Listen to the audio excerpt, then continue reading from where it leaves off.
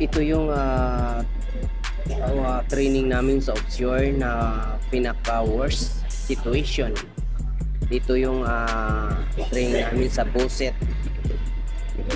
Yan ang 52,000 yan. Isa lang certificate. Yan ang pinakamahirap na training sa offshore. Kayo kung gusto niyo mag-offshore, wag na lang kayo magsisimula, mag-running diesel lang po kayo kasi sobrang mahal ang training. Tulad nito, isang certificate lang 52,000 na yan. 52,000 isang certificate lang yan. Yan ang pinakamahirap dito sa offshore, pero ito na ang nasimulan namin. Ito na lang talaga ang tapusin namin hanggang mag-retire na po kami. Yan po ang mga training namin.